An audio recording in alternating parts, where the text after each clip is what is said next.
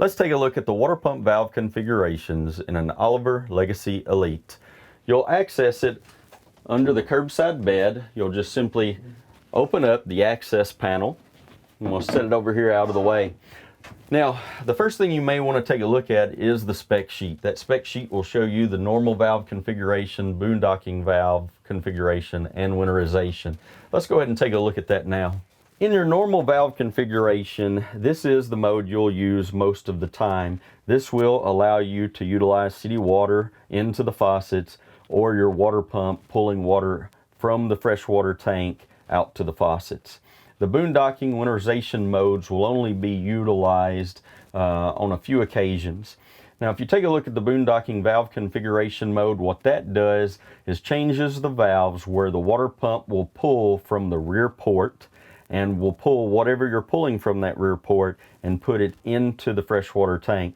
When this would be beneficial would be as if you've gone boondocking, you've run out of freshwater supply, you have no water source available, but you can run and get, say, a 5-gallon jug of water. You can put a small, short 3-foot hose into that gallon jug and pull it and dump it straight into the freshwater tank. Another benefit would be if you were going to sanitize that freshwater tank, pulling that bleach solution and dumping it straight into the freshwater tank. Now let's take a look at the winterization valve configuration mode. Now what you're going to do here is actually turn the valves where it pulls from that rear port, but here you're going to pull from the rear port and deliver it straight to the faucets. Now that's going to be used for winterizing your camper. You can also use it to decalcify your plumbing lines.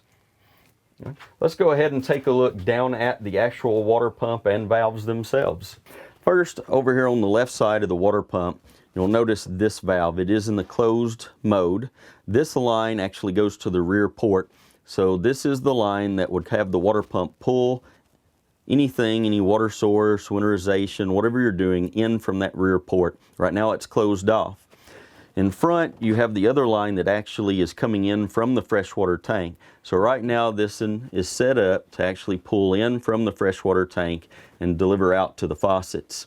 To utilize the rear port, we'd simply want to open this line and close the other.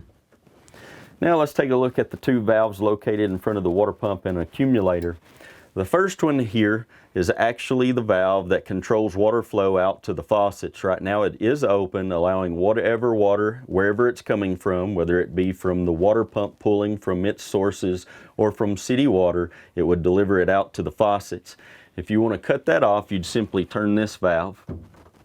Now it's cut off, no longer delivering water to the faucets. Now if we look at the valve located directly in front of the accumulator, that line controls water flow out to the freshwater tank. That would be utilized in boondocking or sanitization mode only. You'd simply want to open that line up, allowing that water to go into the freshwater tank.